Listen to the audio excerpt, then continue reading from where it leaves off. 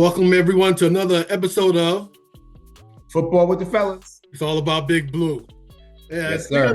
Today we're gonna get into this post-game analysis of Big Blue's game against the Dallas Cowboys. Another L. One. It was a tough Another one. L against Dallas. I am so tired of losing to Dallas. I don't even know what to do myself. I can't understand it. I was really hyped up about them playing well in this game, but on both sides of the ball, only to be disappointed by what. And Dallas was there to be had. I mean, this is not a classic great Dallas team. Not that they ever won a Super Bowl or anything like that. That's not going crazy. But they usually are better than this year, at least so far. So this was a time when I thought we had a shot. We're playing them at home, short week. They had to travel on a short week. We found a way to lose. We were right there. I mean, right there. The hype we had everything going for us. Everything was just, and to me, it was parts of the game that Dallas was trying to give us the game, and we just didn't want to take it. And then we just said, "Well, why do we need this game? Why should we? Why we came out here, it's Thursday night. Everyone's watching. Why win this game? Like you said before, good teams find ways to win games like this. We find ways to lose them. Yes. And okay, I was grappling with whether I was going to talk about this first or wait for a while, but I got to talk about it first. Get it off my mind, get it off my shoulders. You know where I'm going. I do. Daniel Jones. Let me start off on a positive note. He didn't play terrible. He didn't play terrible. So we'll go from there. He didn't play terrible. But that's a low bar. That very low bar. Very low bar. Especially $40 million AAV. Yeah, we can't even get under this bar. That's how low it was. But okay, here's my question. And just listen to me when I ask you this question. Okay. When Daniel Jones got hurt last year, yes. What did he get injured? What was hurt on his body? Oh, well, he had a neck injury against Raiders, I believe it was. Okay, it's the neck. And then an ACL. I mean, he had a neck, and he was out for the season because of his knee, but he had hurt his neck earlier. So he was hurt twice last year. Okay, but it's the neck and the knee. Right. He didn't have Tommy John surgery or anything like that, right? Because I seen Coach Dable heard what we asked for. Yes. And he sent guys long. He clearly watches the show. Thank you, Coach. But Coach, thank you for doing that. We appreciate that. But how many passes that guys who were open by 4 or 5 yards behind defensive players that they had to stop and wait for it to come down? So that's what my takeaway from this game was. Daniel Jones is done with the long ball. He's done. Like, it's just not now. Like you said, maybe the injuries contributed to it. Like, if your legs are not 100%, maybe that impacts, the ability to throw the ball 5 or 10 more yards than you used to. But I've never heard anybody say that. Never heard anybody say, not one. I can run just as well and just as fast, but I can't throw as far from a knee injury. Like, I just don't recall that being the case. And again, he hurt his neck too. So maybe his neck has something to do. I don't know. Whatever the reason is, I don't care what the reason is. I can't either. He can't throw the ball far anymore. He can't. And maybe that's the reason why they're running the plays they run. I mean, that's why I said we could have won that game. Oh, absolutely. I mean, the play where we had a free play because they jumped offside. Right. Darius Slayton was 5 yards behind Diggs. 5 yards. And he's faster than Diggs. Right. He could have been 6 or 7 yards behind him if the ball was thrown out in front of him where he could keep running. But instead, he starts waiting for a fair catch. Right. Exactly. And Trayvon Diggs intercepts it. That was the worst. It was mind-boggling to me because I was like screaming at the TV. I'm like, when I see a wide receiver running and I see him go and he looks up and he figures he's going to reach out and catch it this way. But no, they actually stopped and came back and then waited. They're and waited. And then the D-back runs into him. But after they came back to him and they waited. And I'm like, and, Daniel, and where's even your arm? the post pattern he threw to Malik Neighbors. Malik was a good 2 steps, 2 yards behind his man, and a man who he's faster than, Diggs again. If that ball's 10 yards out in front of him, he opens up that gap. Both of those should have been trot-in touchdowns. Right. Both of those. But no. I see now why he throws that. There was a pass later in the game down the right sideline to Slayton again, same sideline. Yeah, he had to kind of slide and try to catch. Yeah. And glanced off of him because, again, he had to slow down, and the defensive back caught up to him and ran into him as the ball was coming, so he couldn't really turn his body to make the catch. And I heard some people say, "Oh, Slayton dropped another one." I'm like, Slayton dropped another? What are you talking about? Yeah, I heard that too, and I didn't agree with that at all. They're trying to get Daniel off the hook, and I can't. Right. I can't because now you're saying they're saying they said they supposedly have great receivers, but they don't catch the balls though. I'm like, no, that's not it. Yes, I mean, sure, we did have Wandale dropped one that he shouldn't have dropped, but there was a penalty on the play anyway, so it wouldn't have counted. But he didn't know that at the time. But yeah, he dropped that one. The one that Slayton dropped on the curl pattern later in the game, which was on 3rd and like 14 or something. He was just past the sticks, but he had to dive for the ball and he couldn't quite come up with it. They're calling that a drop. I'm like, again, that would have been a very good catch if he caught it. It wasn't a drop. The pass was offline. But the bombs, even that first play when Malik did the double move and was wide open, I've heard people say, yeah, but there was a safety over the top. If he had led him further, he would have led him into safety. That's not my point. My point is if he had thrown that ball a second sooner and lower, not, punted it again for a fair catch, but, thrown the ball to hit him in stride, Malik could have juked that guy. Right. But by the time he got the ball, the guy was closing in on him and had the angle on him, so he couldn't really get past him. That pass should have been completed at least a second, if not more, earlier than it was. So he had time to ease back into the middle of the field. I watched some of they've shown some of the replays, and I looked at a couple of them, and let me tell you something. Daniel Jones, he doesn't throw a guy open. He waits to see that he is open, and then he throws it. And of course, defenders know when they're beat. And it's like, if he threw it when Neighbors is running neck and neck with the guy, then Neighbors wouldn't have to look back for it, and he wouldn't have to wait for it. But he waits for the guy to be open, who's now 40 yards down the field. Where I can barely he can't throw but 41 yards down the field. I'm like, what happened to his arm? I mean, I thought that was one of the things that he had going for him. Was he had he never had a strong arm. He had a stronger arm than this. Right? Yes, he never had a strong arm. It seems like he's throwing a good 5 or 10 yards less than he used to, but he was never, Josh Allen or Patrick Mahomes or anything like that. But whatever it is, and this is why he overthrows people when he doesn't underthrow them, because every now and then he overthrew Jalen Hyatt on a post couple weeks ago.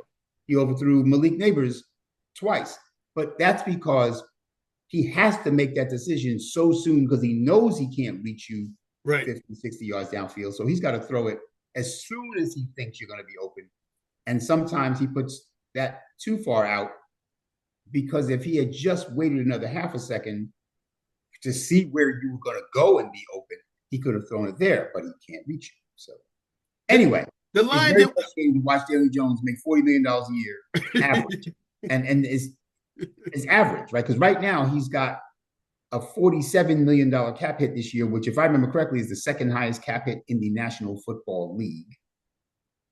It certainly was before the season started. There might have been some contracts that have come along since then. He may be like 5th or something now, but he was the second highest cap hit in the league as of the summer. Is he the second best player in the league? Is he a top 100 player in the league? He is not. No. He's not. There's 32 teams. Every team has 3 players better than him. I would say every team has 4 players better than him. We have Dexter Lawrence is better than him. Andrew Thomas is better than him. Malik Neighbors is better than him. Bobby Okereke is better than him. Like, this is just off the top of my head. That's 4 already. So he is, off the top of my head, he's at best the 5th best Giant. I don't think he is. I think if I let myself, I could find another half a dozen that are at least as valuable as he is. So he shouldn't be paid. He's the highest paid Giant, though. Let's not spend the whole day talking about. No, because what I was going to say was the offensive line, I thought they did a pretty good job. They did do a good job. Really good job. And they're getting better. They're getting better. In pass protection. In pass protection. I'm not talking running. Not talking rushing. I wanted to definitely give them their flowers on what they were doing in pass protection. Absolutely. And that's what we talked about in the earlier episodes, that we hope that they said one of the keys was they got to give them time. And they've been coming through. Absolutely.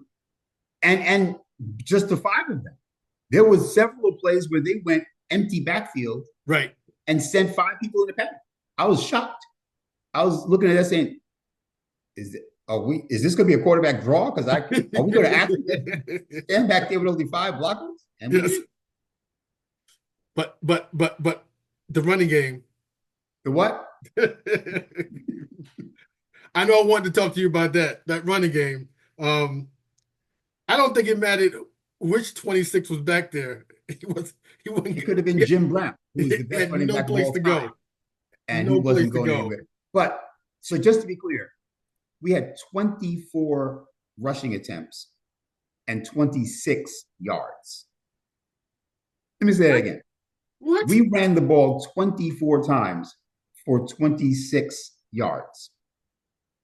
Somebody do the math. That's 1.1 yards per carry, and it is embarrassing.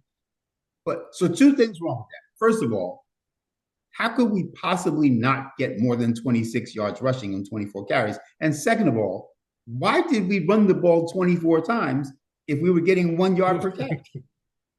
At what point do you say, you know what? This ain't working. Let's do something else. The bomb wasn't working. The running game wasn't working.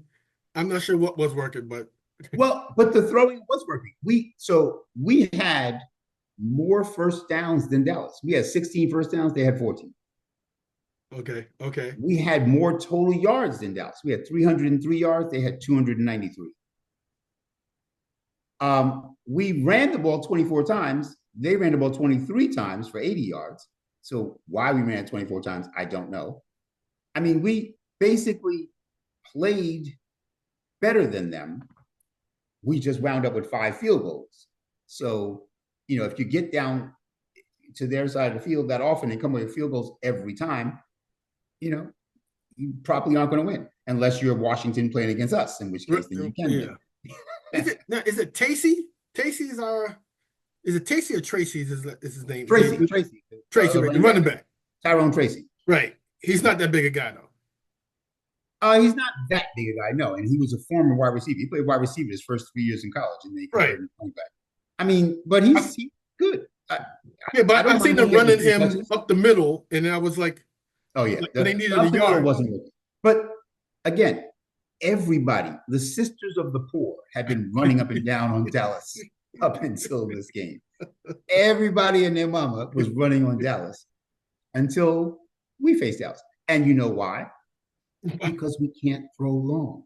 And when you can't throw long, they get to cheat up and have linebackers and safeties within tackling distance of your running game.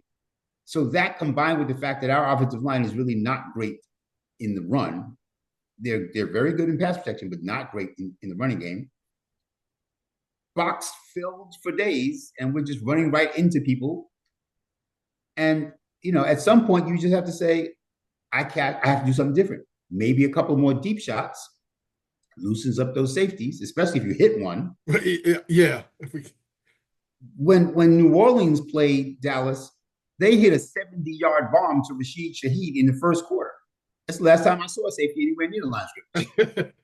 It was like, oh, you know what you're not going to do? You ain't going to throw a 70-yard bomb behind me again. I'll be back here 25, 30 yards off the line of scrimmage. Y'all better stop to run up there on your own. My name is Wes. That's not my mess. You actually shouldn't see from the sideline view, you actually shouldn't see the safety in the play. Shouldn't see the safety.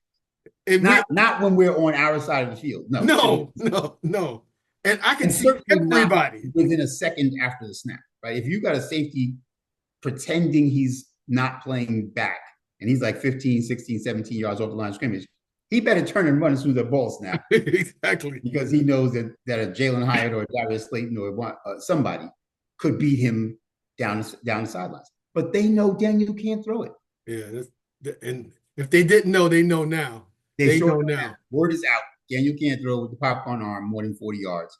So if I'm 20 yards downfield, I'll have plenty of time to make up the other 20 by the time his rainbow arc ball gets there. Yeah, because you can tell because the receiver come back with that fair catch look in their eyes. Exactly. Like, come on, guys, come on. Oh, and you know what? If you heard the news on Malik Neighbors, he had a concussion, which I didn't realize. Yes. I know they pulled him out, and I looked at him. I was like, man, he's a little funky there. Yeah. But he may play in the next game, but they got more time. I think because concussion it's 10 days. For what? They got 10 days. 10 days. So he may be able to be. He may, and honestly, if he doesn't, that's fine with me. Like, let the young man get well. Yeah. If he's got to miss one game now and then be better, that's fine. Get the padded helmet. Yep. Get the padded. That, said. I really want them to get the padded helmet. I mean, really do.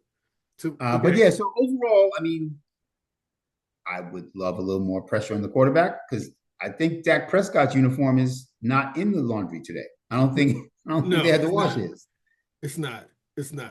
And let me tell our viewers too, we're not trying to like come down on the Giants. We're just calling it what we see. That's all we're doing. Is what we see is what we see, and we got to talk about it because it's we said that we need a pass rush, and we got two great pass rushes. But did it happen yesterday? It did not. Were we stopping the run? They ran for 3.5 yards a carry. So it's not like they were running it down our throats, but they were running it decently and effectively enough to keep us honest. We couldn't run at all. We still can't. Each team sacked the other quarterback once. So neither team got much pass rush. By the way, I think I left this out, but our time of possession, we had the ball for 35 and a half minutes. They had the ball for 24 and a half minutes. So we won that battle too. Now, I guess you could argue that all those running plays that didn't go anywhere do take up some time on the clock. But, I mean, they take up even more time if you were 3 or 4 further yards downfield. But by a lot of metrics, we won this game, right? Right. Did things better than they did them most of the time. We even had fewer penalties, and that was a heavily penalized game. Really? We had 4 penalties. They had 11, accepted penalties. Every time, it seemed like almost every other play, I saw a flag coming in the air. It was annoying. Undisciplined. And that ridiculous call of face mask. Oh, man. During the first drive, don't get me started. That was insane. How could... Did that go to the booth? Did they look at that or just saw the replay? What they say is that that's not reviewable. But you don't have to review it. You don't have to challenge it. They can just get together. When they scored a touchdown and someone had thrown a penalty, said that Jake Ferguson was holding on their touchdown. Right. And they picked up the flag and said there is no foul in play. Play calls play call stands, touchdown. So apparently refs can get together because that's also not reviewable. Like they didn't review that play. They just talked amongst themselves and said, yeah, that wasn't a hold. Why couldn't they talk amongst themselves and say, oh, no, Daniel Bellinger wasn't the face masker. He was the face maskee. Right. He's the one who got face masked. So why couldn't that conversation happen? It's probably happening now, today. When they got the report and they're talking about it. Thanks a lot. A little too late for us, though, but A little too late. Now, secondary, what do you think about a defensive secondary? I mean, really? I mean, that one long pass to CeeDee Lamb was atrocious. But overall, I mean, CeeDee Lamb is great.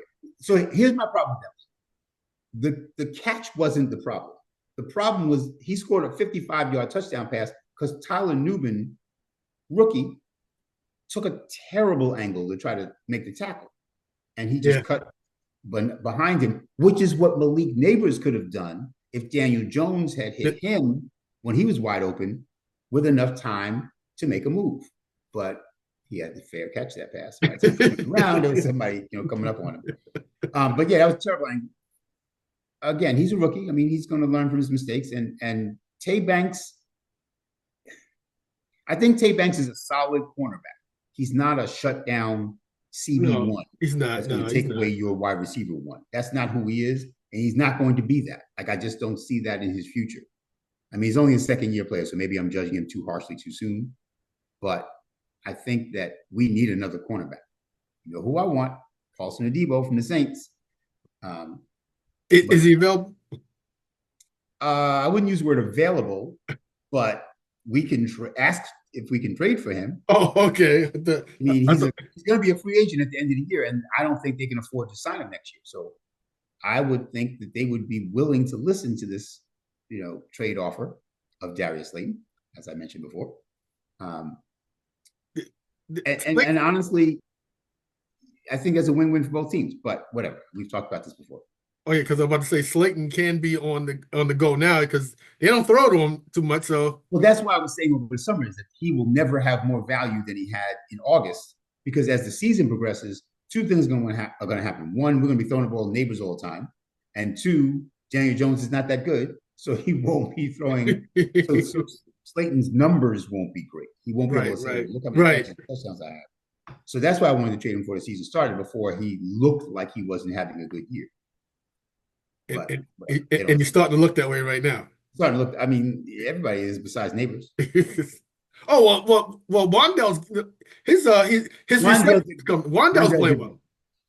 Wandell did work, and if Wandell was our third option, that would be a good offense. Like Wandell is the kind of guy. So Neighbors is clearly the number one. If we either had a solid tight end production or a solid wide receiver on the other side of Neighbors, taking the top off and threatening teams, and then you throw in Wandale coming out of the slot, that's a really good offense. But if Wandale is your second best, because remember, Wandale he's not catching 30-yard passes, right? He's catching these little 5-yard outs and just making somebody miss, and sometimes more than one somebody, and he's moving the chains. And that's very valuable, but you can't, especially at $1.85, you can't do that all the time. He just reminds me of like Ingram and Meggett type of player. He just reminds me that that guy. He's going to get open. Steve Smith. Remember, not the famous Steve Smith that played for Baltimore. I'm talking about our Steve Smith. That when Eli Manning was like third down Steve. He was the first wide receiver to go to the Pro Bowl for the Giants since Homer Jones. So he had a couple of years where he was having, great production, doing a lot of work on third downs. His third down catch in that Super Bowl against the Patriots kept that drive alive. And everybody talks about, Manning's great throws, and rightfully so. But if Steve Smith doesn't keep that drive alive, we don't score that. So anyway, whatever. We're getting off this up. But yes, Wandale's one of those smallish slot receiver guys. He can keep a drive alive. But you don't want to, he shouldn't have 10 catches. That shouldn't be how we use him. He's not big enough to withstand that. No, he can. I really like him. It's a good pick. I like him. Just wanted to, like you said, stay healthy. But his game is getting stifled. Will get stifled because we can't throw long. So it's just going to be. That game was just tough to bear. It was tough. It was painful. And especially, like I said, since Dallas isn't that good and wasn't playing that good, like that game was there for us to take. It was there to be had. Our defense played okay. Again, that terrible touchdown by CeeDee Lamb was, we shouldn't be shocked that CeeDee Lamb scored a touchdown. The way he scored it was annoying, but that CeeDee Lamb scored a touchdown, no team should ever be shocked that happens. He's a great receiver. So if you take that, let's look at this way then. If you take that play away, how would you grade the defense then in that game? They play well enough for us to win? Yeah, I mean, listen, we lost the game 20-15. You take that play away, we win 15-13. Like, I mean, it's not like Dallas was marching up and down the field, scoring at will on us. So,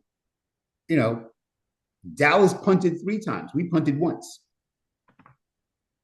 I mean, officially punted once. Right. Officially punted once here. By a lot of metrics, The Giants played better than Dallas, except for the one, where they have the points. Right, right. That's why that game was frustrating. and still, with all that, we have the ball down 5 points because they missed the field goal. Out of timeouts, but we have the ball down 5 points with a chance to win the game at the end. If you had asked me after losing 40-0 last year, if you had asked me would I sign for our ball down by 5, less than a minute left, with a shot to win, I would have signed for that in a minute. We had it. We just let it go, and now we're that 1-3 team. Now we're the 1-3. And I'm looking for my optimism. I'm looking for it. I'm looking. Next show, next episode, we'll talk about. Right now, we are dealing with the reality of yet another loss to Dallas. We haven't beat Dallas since, I think, like the Nixon administration or something. Like it was a long time ago since we beat Dallas. And as much as I hate Dallas and Philly, I hate them both. As much as I hate Dallas, each time we lose to them, it's like another little dig, a little nip. Very painful. Anyway, that is what it is. I can't say that I'm surprised we didn't beat Dallas. I did not a month ago think, oh, you know what we're going to do? We're going to beat Dallas. But it did seem like they were there to be had. And in fact, they were. We just couldn't pull it off. I'll just take this away from this game. My big takeaway from the game for me was the offensive line and their pass protection. That's what I felt good about that. I felt really, really good about that. So that means they did what we like. One of the pointers that we made up, we said, how could the Giants win this game? One of the key features was the offensive line and the time they gave Daniel. And I think, I remember we mentioned before how our team, our starting offensive linemen are all playing together now. So they look good as a unit, at least on pass protection. They look good there, and I can walk away my head up on that. That's there. It's funny. Absolutely, it's the offensive line that makes me feel good about the team, which is going to be the difference maker when it comes down to it. And like I said last week, if we can't throw the ball deep while all 5 of our starting offensive linemen are healthy, what are we going to do when they start, getting injured? Because I can't expect 17 games with these 5 players all playing, 85 games out of the 5 of them. At some point, somebody's going to miss some games. And then the Evan Neals and the Aaron Stinnys and the Josh Azumus, whatever of the world will be on the field. And then there'll be an excuse for why we can't throw long. Oh, I don't know because so-and-so can't block.